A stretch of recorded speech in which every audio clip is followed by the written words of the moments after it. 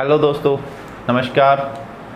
स्वागत है आपका आपके अपने YouTube चैनल फतेह क्लासेस पर। दोस्तों, सबसे पहले आपका बहुत बहुत धन्यवाद कि आप हमारे YouTube चैनल को इतना प्यार दे रहे हैं। दोस्तों, हमारा टॉपिक चल रहा है मौर्यकालीन संस्कृति, मौर्यकालीन जो जानकारी है उसके स्रोत।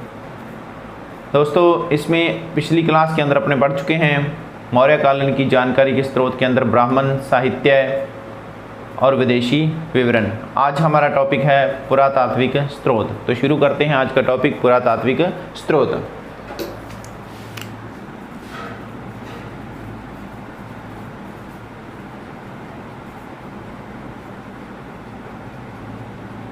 पुरातात्विक स्रोत से मतलब है दोस्तों कि जो पुराने समय यानी कि जिस समय की अपने जानकारी प्राप्त करना चाहते हैं उस समय के वो खुदाई के अंदर निकले वो स्रोत जिनसे हमें उस समय की जानकारी मिलती है। तो यहाँ पर कौन कौन से मिले हैं तो उसके बारे में अगर बात करें तो दोस्तों यहाँ मिले हैं हमें अभिलेख और उसके अलावा सिक्के।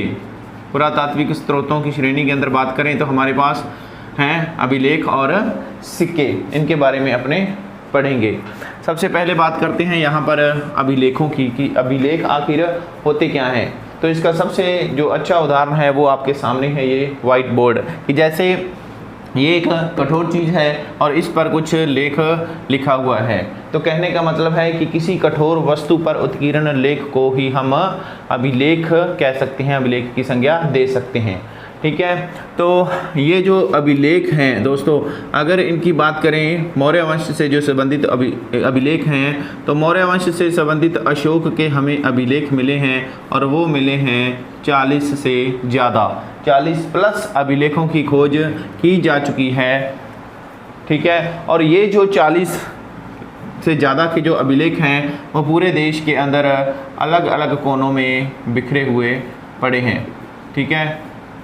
हमारे पूरे भारत देश में अलग अलग जगह पर ये बिखरे हुए मिले हैं। और ये जो अलग अलग जगह है यानी कि जहाँ जहाँ से अशोक के अभिलेख मिले हैं वहाँ तक अशोक का साम्राज्य फैला हुआ था। तो पहला पॉइंट क्या हुआ कि जो अशोक के अभिलेख मिले हैं उनसे हमें किसकी जानकारी मिलती है? अशोक के सीमा निर्धारण की। इसकी जानकारी मिलती है सीमा निर्धारण की।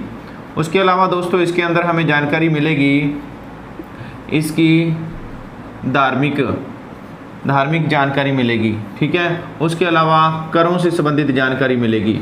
ठीक है। उसके अलावा हमें प्रशासन से संबंधित जानकारी मिलेगी। कहाँ से? अशोक के अभिलेखों से। तो कह सकते हैं कि ये कितने महत्वपूर्ण अभिलेख हैं। ठीक है। और दोस्तों कहा तो यहाँ तक जाता है कि अगर ये अभिलेख हमें प्राप्त ना होते तो हम इतने महान शासक, जो इतना महान मौर्यवंशी जो सम्राट अशोक जो शासक हुआ है उसके बारे में शायद ही आज अपने जान पाते। ठीक है। तो इतनी महत्ता थी इन अभिलेखों की। और बात करें इनकी महत्ता की तो इनका इतना महत्व है दोस्तों कि एक जाने माने इतिहासकार हैं जिनका नाम है दोस्तों, जाने माने इतिहासकार हैं जिनका नाम है D.R. भंडारकर। क्या नाम है जिनका? D.R. भंडारकर। इन्होंने तो दोस्तों सिर्फ इन अभिलेखों के आधार पर ही इतिहास लिखने का प्रयास किया है, या यूं कह सकते हैं कि इतिहास लिखा है। किसने? D.R. भंडारकर ने। तो आप इनकी महत्ता देख सकते हैं कि कितने महत्वपूर्ण हैं ये अभिलेख। अब भाई इतने पुराने अभिलेख लिखे हुए हमें मिले हैं अशोक के समय के, मौर्य वंश के समय के, और तब का लिखा हुआ इतिहास आज हम पढ़ रहे हैं। तो इतने लंबे समय तक इतिहास क्या हुआ? स्थायी रहा। ठीक है। तो कहने का मतलब है कि इतिहास को स्थायी या कह सकते हैं चिरकालिक यानी कि लंबे समय तक स्थापित करने का जो श्रेय है वो किसको जाता है? वो जाता है मौर्य वंश को। यानी मौर्य वंश ने ही इतिहास को अभिलेखों के द्वारा चिरस्थायी बना दिया। कैसे बनाया? अभिलेखों के द्वारा, या यूँ कह सकते हैं कि पाषाण का उपयोग करके। किसका प्रयोग करके? पाषाणों का। और पाषाणों का उपयोग कहाँ किया उन्होंने? पाषाण यानी पत्थर, ठीक है, पत्थरों का प्रयोग करके। कहाँ पर किया? अभिलेखों में। अभिलेख लिखे बड़े बड़े पत्थरों पर, ठीक है। और अब ये अभिलेख लिखे पत्थरों पर और तब के लिखे हुए अभिलेख आज हमें मिल रहे हैं, और उन पर जो इतिहास लिखा हुआ है उसको अपने आज पढ़कर इनके बारे में अपने जानकारी प्राप्त करते हैं। दोस्तों, इनके अंदर कैसे किस प्रकार से लिखी हुई मिलती थी बातें, कि जैसे उदाहरण के तौर पर बताऊं आपको कि आज अपने देखते हैं ना कि जो अपने सरकार के द्वारा जो नई नई योजनाएं निकाली जाती हैं, ठीक है, जो निर्माण करवाए जाते हैं, तो उन निर्माण जो निर्माण करवाया जाता है उनके एक वहाँ पर एक पत्थर लगाया जाता है, नींव पत्थर कह सकते हैं, या ठीक है, घोषणाओं का जो पत्थर लगाया जाता है। जैसे उदाहरण के लिए कहें कि जैसे किसी सड़क का निर्माण हो रहा है तो वहाँ पर एक साइड में एक पत्थर लगाया जाता है और उस पर पूरी डिटेल लिखी जाती है कि इसकी कितनी स्वीकृत राशि है, किस सरकार के काल में ये सड़क बनाई गई है, कौन सा विधायक था, कौन सा एमपी था, कौन सा और भी जो उससे संबंधित अधिकारीगण वगैरह या जो राजनीतिज्ञ हैं उनका जिक्र किया जाता है। तो अब दोस्तों ये जो चीज़ है ये आगे आने वाली सदियों को जब ये जो पत्थर है वो मिलेगा तो उनके लिए ये क्या होगा, एक प्रकार का अभिलेख होगा और उनको हमारे आज के समय के बारे में जानकारी मिलेगी। और इसी प्रकार के ये अभिलेख हैं, ठीक है। इनके बारे में अपने आगे बढ़ते हैं। दोस्तों, हमने बात की थी कि इनकी खोज की, ठीक है, तो इनके कितने खोजे गए हैं? 40 प्लस अशोक के अभिलेख खोजे गए हैं। अब खोजे गए हैं तो सबसे पहले बात करें शुरुआत के अंदर किसने खोजा था, तो बात आती है 1750 की। 1750 में सबसे पहले नाम आता है टीफेंथलर। क्या नाम आता है? टीफेंथलर। इस व्यक्ति ने सबसे पहले अभिलेखों को खोजा था और सबसे पहले इसने कौन सा अभिलेख खोजा था? दिल्ली मेरठ अभिलेख। किसने खोजा? टीफेंथलर ने। कब खोजा? 1750 में, ठीक है। कौन सा? दिल्ली मेरठ स्तंभ अभिलेख। कौन सा खोजा था? दिल्ली मेरठ स्तंभ अभिलेख। अब आप कहोगे कि ये तो स्तंभ अभिलेख है, ये अभिलेख है, ठीक है, तो इसके बारे में आपको मैं समझाऊंगा। ये स्तंभ लेख है जो अभिलेख का ही एक हिस्सा है। दिल्ली मेरठ स्तंभ लेख खोजा, ठीक है। अब बात आती है कि इन अभिलेखों को हमें कैसे पता चला कि उस पर क्या लिखा हुआ है, तो इसको पढ़ा गया। किसके द्वारा पढ़ा गया? तो सबसे पहले बात करते हैं 1837 ईस्वी के अंदर इसको पढ़ा गया। किसके द्वारा पढ़ा गया? नाम आता है जेम्स प्रिंसेप। क्या नाम आता है? James Prinsep. इस व्यक्ति ने सबसे पहले 1837 के अंदर इस अभिलेख को पढ़ा। कौन से अभिलेख को? इसी अभिलेख को पढ़ा। दोस्तों, इसने यहाँ पर एक बात बताई, दिल्ली मेरठ के जो अभिलेख है, स्तंभ लेख है, उस पर एक नाम लिखा हुआ आया, देवान प्रिय। क्या नाम था? देवान प्रिय। तो इसमें क्या था कि इन स्तंभों के अंदर ना, इन लेखों के अंदर, जैसे मान लो ये एक अभिलेख है, ठीक है, तो इस पर लिखा हुआ होता था कि जैसे मैं देवान प्रिय अपने शासन के इस साल में ये घोषणा करता हूँ, या मैं ये प्रबंध करवा रहा हूँ, या मैं ये निर्माण करवा रहा हूँ, और इस प्रकार का पूरा लिखवा कर उसको लगा दिया जाता था, ठीक है। तो जैसे वहाँ पर क्या लिखा हुआ मिला? दीवान प्रिय। और ये जेम्स प्रिंसेप क्या कहता है दीवान प्रिय के बारे में, कि ये जो दीवान प्रिय जो शासक है ना, ये शासक है तिस शासक। एक तिस राजा हुआ है, कहाँ का? सिंहल का। कहाँ का है ये? सिंहल का। तो मतलब जेम्स प्रिंसेप क्या कह रहा है कि ये जो दीवान प्रिय शासक है वो कौन है? ये तिस है। सिंहल का एक शासक है तिस, और इसी का नाम है दीवान प्रिय, ठीक है। हालांकि ये बात गलत साबित हो जाती है, कुछ समय बाद ये बात क्लियर हो जाएगी। कैसे क्लियर होती है? कालांतर में क्या होता है? कालांतर में इस दीवान प्रिय जो उपाधि है इसके बारे में पता चल जाता है कि ये दीवान प्रिय उपाधि किसकी है? ये दीवान प्रिय उपाधि है अशोक की, ठीक है। अब हमें ये कहाँ पर लिखा हुआ मिला कि दीवान प्रिय जो उपाधि है वो अशोक की है? ये लिखा हुआ मिला है हमें सिंहल अनुश्रुतियों में। कहाँ पर लिखा हुआ मिला है? सिंहल अनुश्रुतियों में। अब ये सिंहल अनुश्रुतियाँ कौन सी हैं? तो हम पीछे ग्रंथ पढ़ के आए हैं, दीपवंश और महावंश। कौन सा, दीपवंश और महावंश, और इन्हीं को कहा जाता है सिंहल अनुश्रुतियां। और इन सिंहल अनुश्रुतियों के अंदर लिखा हुआ है कि देवान प्रिय जो है वो अशोक ही है। तो यहाँ पर बात ये क्लियर होगी कि ये उपाधि किसकी है, ये उपाधि है अशोक की। उसके बाद आगे चलकर ये जो नाम है अशोक का, ये वास्तविक नाम मास की अभिलेख मिलता है एक, और वहाँ पर ये नाम भी अशोक का मिल जाता है। जैसे यहाँ दीवान प्रिय शासक लिखा है, वहाँ पर अशोक लिखा हुआ मिलता है कौन से, मास की अभिलेख में। ठीक है, तो किसने खोजा, टिम हेंथलर ने, और पढ़ा किसने, जेम्स प्रिंसेप ने 1837 के अंदर। अब बात करते हैं दोस्तों कि पढ़ा तो फिर वहाँ पर कुछ लिखा था, तो वो कोई लिपि, कोई भाषा तो होगी ना। ठीक है, तो लिपि भाषा के अंदर बात करें दोस्तों, अगर इसकी सबसे पहले बात करते हैं भाषा की कि कौन सी भाषा थी, तो इसकी भाषा थी दोस्तों प्राकृत भाषा।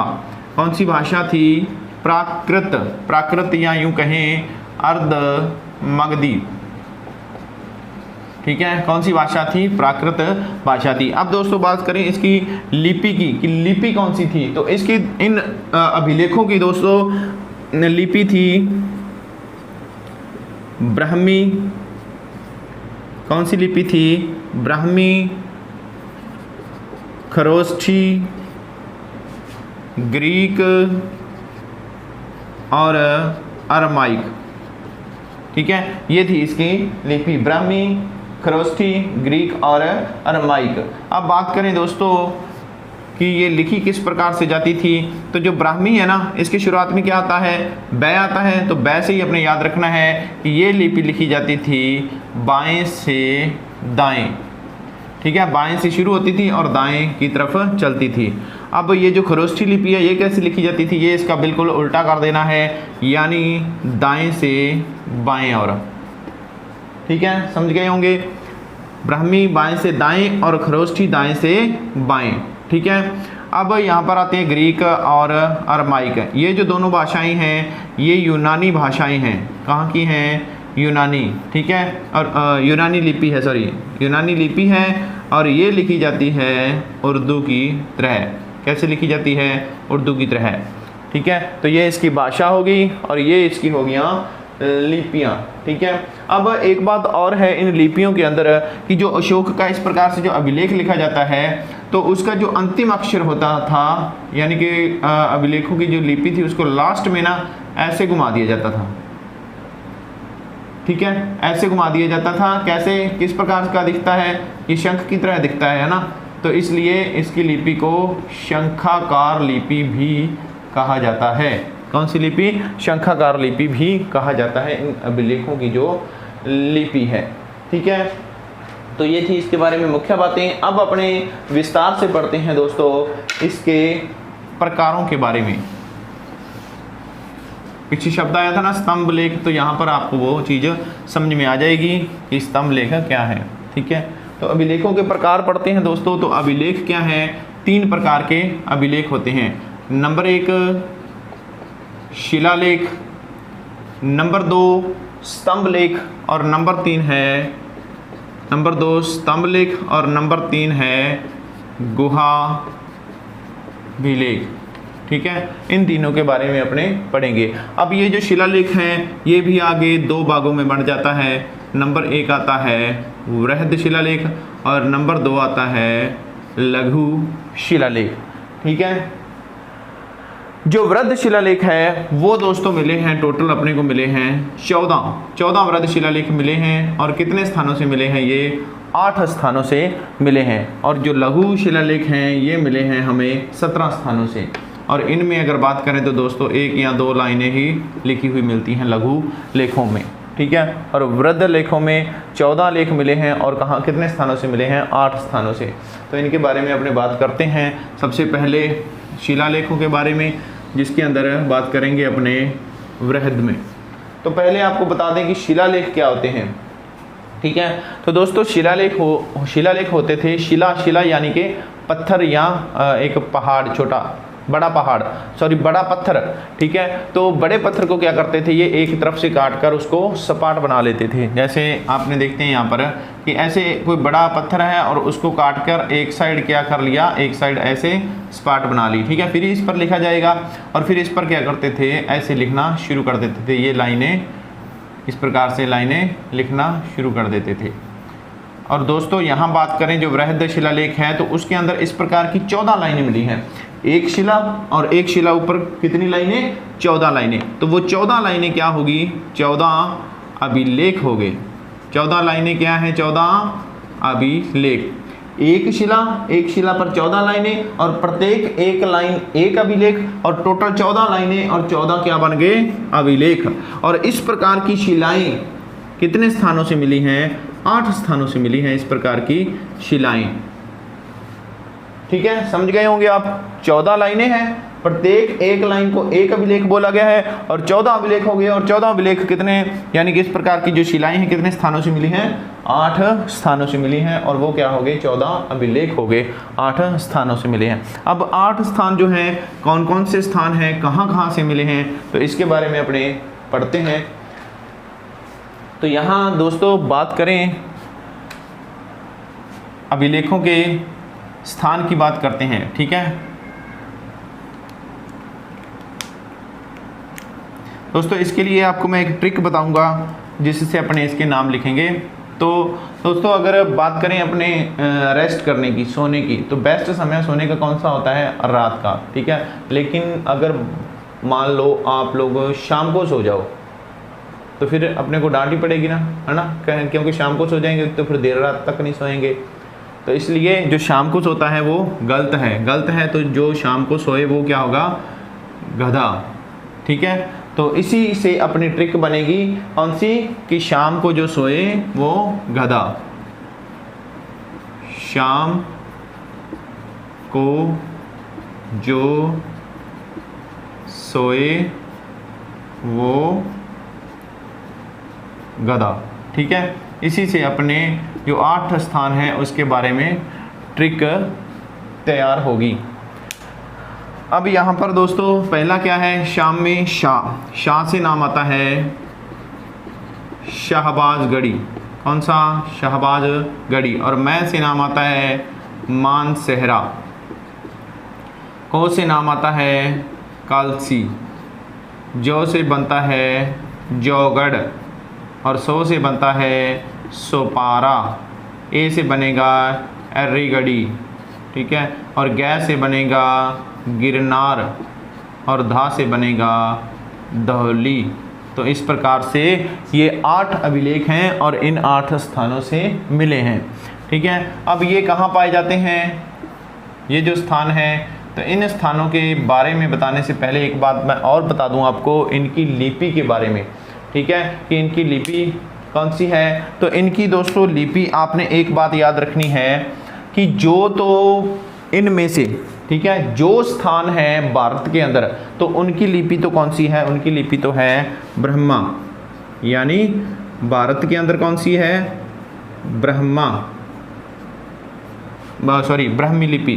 ठीक है, और अब जो भारत से जो बाहर हैं उनकी लिपि कौन सी है? उनकी लिपि है खरोष्ठी। अब आपको ब्राह्मी किससे याद रखनी है? कि ब्रह्म देवता है जो ब्रह्मा है उसकी पूजा कहाँ की जाती है? भारत में। तो आपने यहाँ से याद रखना है कि ब्राह्मी लिपि कहाँ पर है? भारत में। और भारत से जो 12 अभिलेख हैं इनमें से उनकी लिपि कौन सी है?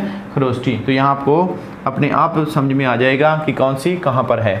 दोस्तों ये जो हैं ये दोनों तो पाए जाते हैं पाकिस्तान में। कहाँ पाए जाते हैं? पाकिस्तान में। अब जो कालसी है ये पाया जाता है उत्तराखंड में। कहाँ पाया जाता है? उत्तराखंड में। जौगढ़ पाया जाता है उड़ीसा में। और सोपारा पाया जाता है महाराष्ट्र में। और एर्रीगढ़ी पाया जाता है आंध्र प्रदेश में। कहाँ पाया जाता है? आंध्र प्रदेश में। ठीक है, और गिरनार के जंगलों के नाम आपने सुना होगा। और गिरनार पाया जाता है दोस्तों गुजरात में। कहाँ पाया जाता है? गुजरात में। और धौली पाया जाता है दोस्तों उड़ीसा में। ठीक है, तो ये कहाँ पाए जाते हैं? उड़ीसा में। अब दोस्तों बात आई थी अपनी लिपि की। तो हमने बात की थी जो भारत से बाहर हैं उनकी लिपि कौन सी है? तो भारत से बाहर कौन है? ये 2। तो इनकी लिपि कौन सी होगी? इनकी लिपि होगी खरोष्ठी। ठीक है, ये भारत में है तो इसकी लिपि कौन सी होगी? ब्राह्मी। उड़ीसा भी भारत में है, ये भी ब्राह्मी। महाराष्ट्र है, ये भी ब्राह्मी। और नीचे गुजरात है, ये भी ब्राह्मी, और उड़ीसा भी दोबारा आ गया, ये भी ब्राह्मी। अब बचा है आंध्र प्रदेश, ठीक है, और यहाँ का कौन सा है, यहाँ का है अर्रीगडी। तो ये थोड़ा आपको ध्यान में रखना है। इसकी लिपि कौन सी है अर्रीगडी की, इसकी लिपि है दोस्तों ब्रुस्टोफैदन लिपि। कौन सी लिपि है, ब्रुस्टोफैदन, ठीक है। एक नाम आपको याद रखना है, ए से अर्रीगडी आंध्र प्रदेश की लिपि कौन सी है, ब्रुस्टोफैदन लिपि है, ठीक है। ब्रुस्टोफैदन कौन सी होती है, जो कि जिसके अंदर ब्राह्मी और खरोष्ठी दोनों लिपियां हों, वो कौन सी है, ब्रुस्टोफैदन। तो ये आप इसका स्क्रीनशॉट ले सकते हैं। ये है आपके अभिलेख और अभिलेखों के अंदर शिलालेख, ठीक है। अब इसमें एक बात और थोड़ा ध्यान रखने योग्य है, वो ये है कि यहाँ पर ये दो नाम आए हैं, दौली और जौगढ़, ठीक है। ये जो दो अभिलेख हैं दौली और जौगढ़, इन अभिलेखों के अंदर जो 11 और 12 और 13, 11वां नंबर, 12 नंबर, 13 नंबर जो अभिलेख हैं वो नहीं है, ठीक है। ये लाइनें होगी ना, जैसे 1 नंबर अभिलेख, 2 नंबर, 3 नंबर, इस प्रकार से करते हुए जैसे 11 नंबर है, 12 नंबर है और 13 नंबर जो 3 अभिलेख हैं, वो जो जौगढ़ और धौली में जो शिलालेख लगी है वहाँ पर 11, 12 और 13 नंबर जो अभिलेख हैं वहाँ पर नहीं मिलते। इसकी बजाय यानी कि इसकी जगह पर पृथक से 2 अभिलेख बनाए गए हैं, यानी कि 2 पृथक अभिलेख लगवाए गए थे, कलिंग अभिलेख। कौन से, कलिंग अभिलेख। 2 पृथक अभिलेख कलिंग अभिलेख लगाए गए, किनकी जगह पर, 11, 12 और 13 अभिलेख जो हैं दौली और जौगढ़ के, उनकी जगह पर, ठीक है। तो इसका अब आप स्क्रीनशॉट ले सकते हैं आराम से। ये थे आपके शिलालेख। अब बात करते हैं दोस्तों आगे स्तंभ लेखों के बारे में।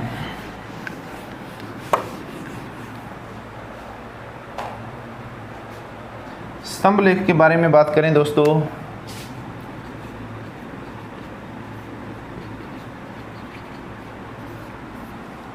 अगर स्तंभ लेख की बात करें दोस्तों, तो स्तंभ लेख मिले हैं हमें 7।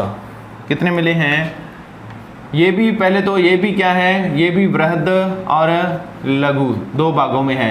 जो वृहद हैं वो तो मिले हैं 7, और कितने स्थानों से मिले हैं, 6 स्थानों से मिले हैं। उसके बाद में है जो लघु स्तंभ लेख हैं वो मिले हैं हमें 5 स्थानों से। कितने स्थानों से, 5 स्थानों से। ये 7 वृहद 7 मिले हैं 6 स्थानों से, और जो लघु हैं वो मिले हैं 5 स्थानों से, ठीक है। तो इनके बारे में अब अपने एक एक करके पढ़ते हैं। पहले पढ़ते हैं अपने वृहद स्तंभ लेख। अब वृहद स्तंभ लेखों की बनावट की बात करें, किस प्रकार के थे वृहद स्तंभ लेख जो थे वो दोस्तों, स्तंभ आपने देखा ही होगा, इस प्रकार का ऐसे स्तंभ होता है, ठीक है। और इस प्रकार के जो स्तंभ होता है उस पर यहाँ पर लिखवाया जाता है, ठीक है, लेख। इस प्रकार से ऊपर उसके यहाँ पर बना होता था पक्षी का चित्र। क्या बना होता था, पक्षी चित्र। उसके बाद में दोस्तों यहाँ पर नीचे बना होता था कमल का चित्र, और कमल का चित्र कैसा, उल्टा कमल। कौन सा, उल्टा कमल, या कह सकते हैं अपने अधोमुखी कमल, ठीक है। उल्टा कमल या कह सकते हैं इसको अपने अधोमुखी कमल, ठीक है। और ये वाला जो भाग है ये कहलाता है फलक, ठीक है। और ये वाला जो पार्ट है ये कहलाता था यष्टि या लाट, ठीक है। और ये पार्ट जो है ये बना होता था पीले पत्थरों से। किससे बना होता था, पीले पत्थरों से। पीले पत्थर कहाँ से लाए जाते हैं, चुनार से। और चुनार कहाँ पर है, चुनार है आपका यूपी के अंदर, यानी यूपी के चुनार के पीले पत्थरों से ये स्तंभ लेख बनाया गया। इसके ऊपर पक्षी चित्र, फिर फलक है, नीचे उल्टा कमल या अधोमुखी कमल, और ये वाला पार्ट कहलाता है यष्टि या लाट। और इस पर जो लेख लिखवा कर इसको जगह जगह लगवाया गया। कितने जगह पर, 6 स्थानों पर लगवाया गया जो वृहद लेख हैं। अब 6 स्थान कौन कौन से हैं उनके बारे में अपने एक एक करके पढ़ते हैं।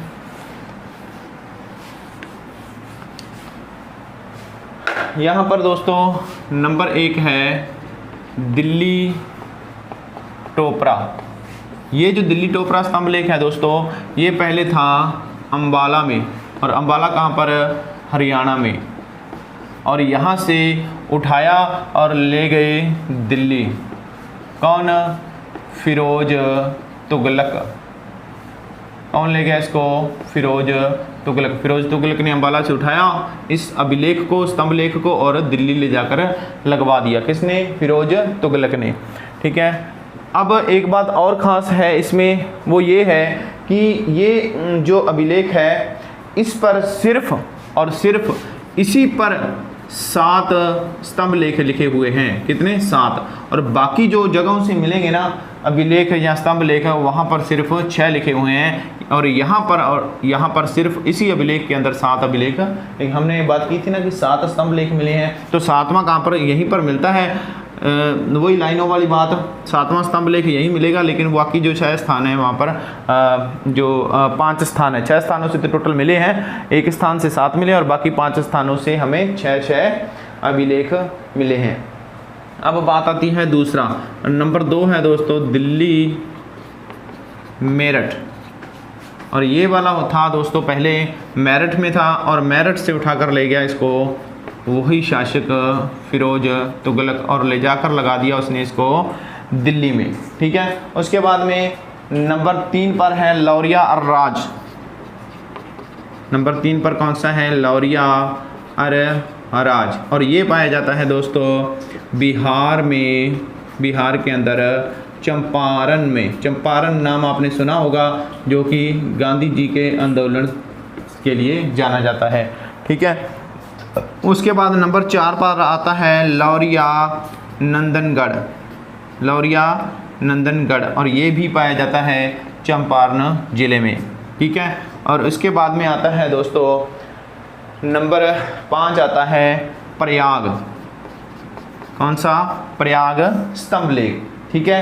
तो ये जो प्रयाग स्तंभ लेख है इसको दोस्तों लेके आया था अकबर। कहाँ से लेके आया था? ठीक है। इसको लेके आया था कौशाम्बी से। कहाँ से? कौशाम्बी से लेकर आया था और लाकर इसने लगा दिया इसको इलाहाबाद में। किसने? अकबर ने। अकबर जो मुगलकालीन जो शासक था अकबर, वो उसको कौशाम्बी से लाया था और कहाँ लगा दिया था? इलाहाबाद में। और इलाहाबाद को आज कहा जाता है प्रयाग राज। ठीक है। और ये है प्रयाग स्तंभ लेख। तो ये थे 5 स्तंभ, 5 जगहों से अलग अलग मिले हैं जो स्तंभ लेख। ठीक है। और हमने बात की थी यहाँ पर जो 7 कहाँ पर मिलते हैं? सिर्फ पहले वाले में। और जो 7वां अभिलेख है उसके अंदर यहाँ पर दोस्तों 7वें अभिलेख के अंदर मिलता है आजीवकों और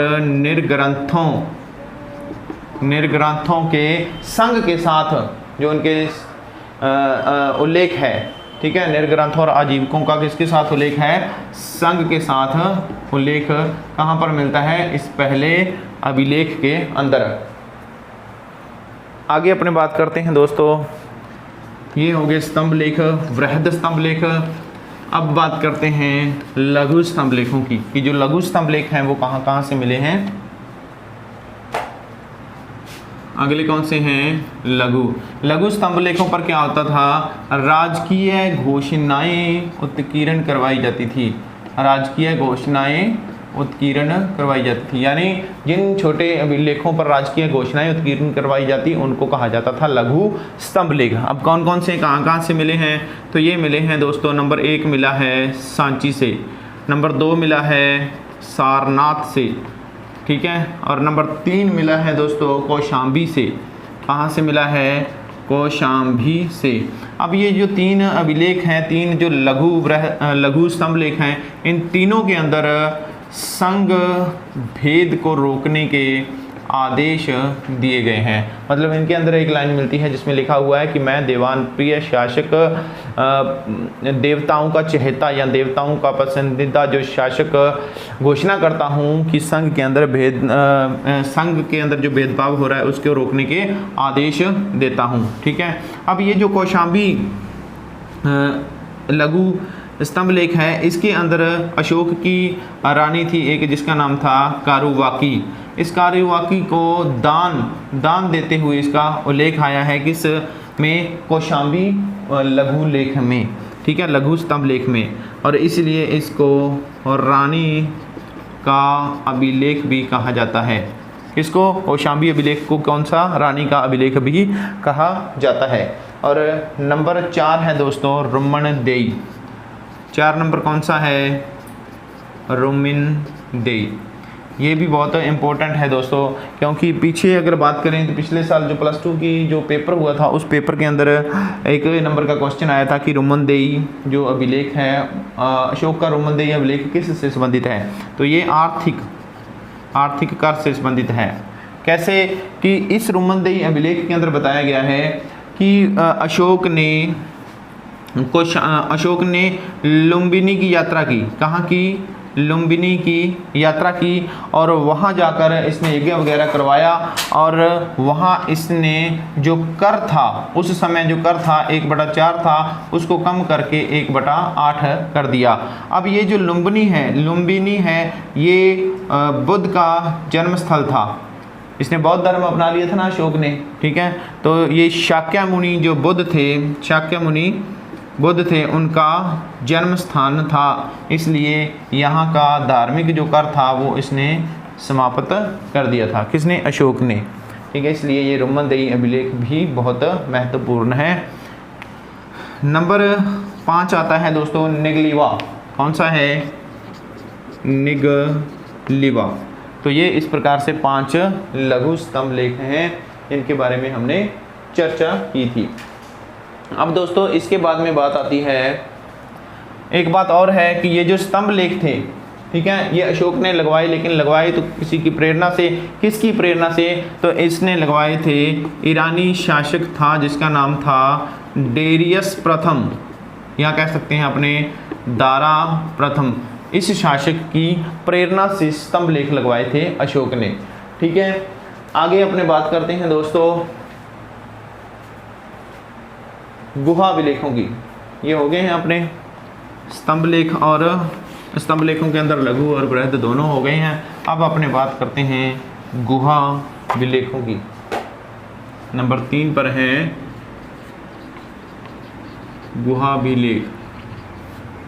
इनकी बात करें दोस्तों, गुहा या गुहा स्थापत्य कला, इनकी बात करें तो इनके जन्म या निर्माण का श्रेय किसको जाता है? इसका श्रेय जाता है मौर्य वंश को, क्योंकि यहीं से गुफाएं बनना शुरू हुई हैं, ठीक है। गुहा मतलब गुफा, ठीक है। और इस पर ये किस प्रकार के लेख होते थे? जैसे ये गुफा है और ये गुफा का द्वार है, जो इस पर ऐसे लाइनें लिखवा दी जाती थी, ठीक है। और ये होता था गुहा अभिलेख। और इस प्रकार की जो गुफाएं होती थी वो गुफाएं किस लिए बनाई गई? ये गुफाएं बनाई गई आजीविक जो संप्रदाय था। कौन सा संप्रदाय?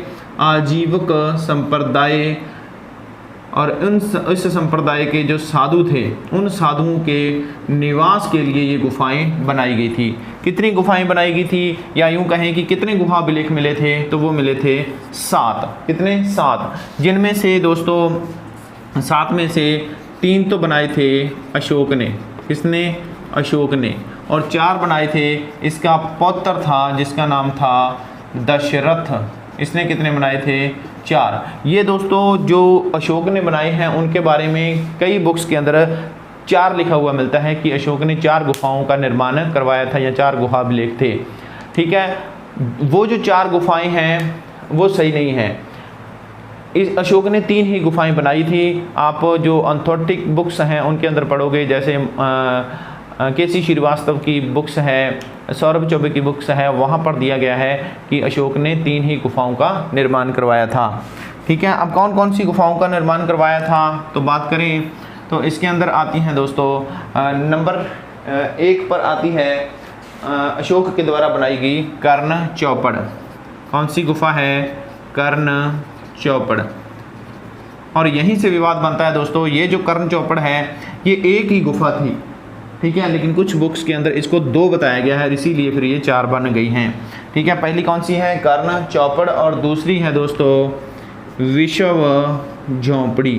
कौन सी है? विश्व झोंपड़ी। और नंबर 3 है सुदामा, ठीक है। ये 3 गुफाएं किसने बनाई? अशोक ने। और तीनों गुफाएं कहाँ पर बनवाई थी? ये तीनों गुफाएं बनवाई थी दोस्तों इसने बारबरा की पहाड़ियों में। कहाँ बनाई थी? बारबरा की पहाड़ियों में, ठीक है। अब बात करते हैं इसके पौत्र दशरथ की, इसने कौन सी बनवाई थी। तो इसने नंबर 1 तो बनवाई थी लोमस ऋषि। एक कौन सी गुफा बनाई थी, लोमस ऋषि गुफा। और ये कहाँ बनाई थी, ये इसने बनाई थी बारबरा की पहाड़ियों में। तो टोटल कितनी होगी बारबरा की पहाड़ियों में, टोटल हो गई हैं 4, ठीक है। 3 तो अशोक के द्वारा और 1 हो गई है दशरथ के द्वारा। लोमेश ऋषि 4 गुफाएं कहाँ होगी, बारबरा की पहाड़ियों में। इसके अलावा इसने 3 और बनाई थी, वो कौन कौन सी थी, वो थी दोस्तों नंबर 2 है गोपी, नंबर 3 वापी और नंबर 4 है पथिक। दोस्तों ये जो 3 गुफाएं बनाई थी, ये बनाई थी इसने नागार्जुन की पहाड़ियों में। तो इस प्रकार से टोटल हो गई हैं 7 के अंदर दोस्तों 3 टोटल तो बनाई थी दशरथ ने 4, लेकिन 3 बनाई थी कहाँ पर, नागार्जुन की पहाड़ियों में, और 4 टोटल जो बनी थी बारबरा की पहाड़ियों में, जिसमें 3 अशोक की और 1 उसके पौत्र दशरथ की, ठीक है। टोटल कितनी मिली, 7 मिली हैं।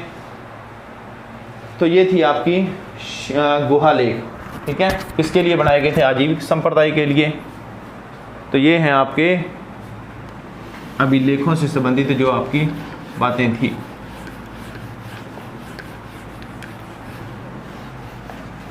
अब आगे अपने बात करते हैं दोस्तों, जो अपना अगला पॉइंट था वो था सिक्के। सिक्कों की बात करें तो दोस्तों जो सिक्के बनते थे वो इस प्रकार के सिक्के थे, और उन पर ऐसे यहाँ पर कोई चित्र बने होते थे। जैसे मान लो किसी पक्षी का चित्र, ठीक है, पक्षी का चित्र, जानवर का चित्र, ठीक है, इस प्रकार से चित्र बने हुए होते थे, या इस प्रकार से इन जानवरों वगैरह के ठप्पे लगे होते थे उन सिक्कों पर, और इन्हीं को कहा जाता था पंचमार्क सिक्के। कौन से सिक्के, पंचमार्क सिक्के। और इन्हीं से हमें जानकारी मिलती है मौर्य वंश की, ठीक है। तो ये थे आपके जो आज का अपना टॉपिक था पुरातात्विक स्रोत, ठीक है। उम्मीद करता हूँ आपको क्लास बेहद पसंद आई होगी। दोस्तों आपसे निवेदन है एक बार फिर कि ज़्यादा से ज़्यादा इसको शेयर करें, सब्सक्राइब खुद करें और दूसरों से भी करवाएं। बहुत बहुत धन्यवाद। आपका दिन शुभ हो, मंगलमय हो। Good bye.